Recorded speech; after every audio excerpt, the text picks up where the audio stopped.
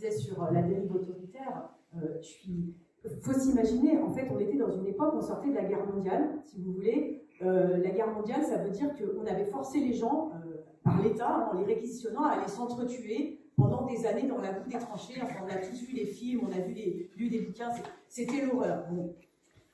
Et si tu veux, pendant la guerre, il faut s'imaginer qu'il n'y avait pas de démocratie nulle part. C'était des pays autoritaires de partout. On t'obligeait à aller à la guerre, on réquisitionnait aussi les vivres chez les paysans, etc. Après la révolution russe, ce qui s'est passé, c'est qu'il y a eu un pouvoir qui reposait sur la mobilisation des soldats de base du rang, qui ont viré leurs généraux, des ouvriers qui prenaient le contrôle des usines, des paysans pauvres qui s'attaquaient aux grands propriétaires terriens, aux féodaux qui restaient et qui les exploitaient depuis des décennies.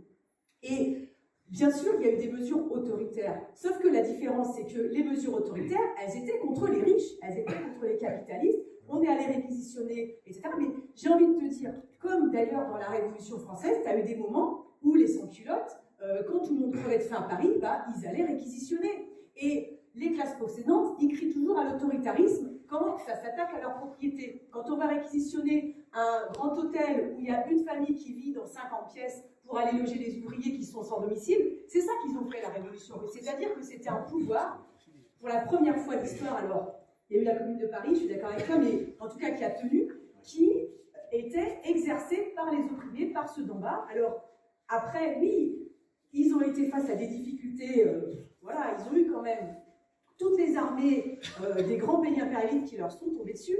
Il faut savoir que les pays qui étaient en train de se faire la guerre entre 14-18, tout à coup ils se sont tous réconciliés quand il a fallu envoyer des armes, de l'aide pour les armées blanches qui faisaient la guerre contre la révolution ouvrière. Là, ils étaient tous d'accord. Donc, autre aspect, si vous voulez, les bolcheviks et Lénine, quand ils se sont, comment dire, pour eux, la révolution russe, c'était le premier acte de la révolution mondiale.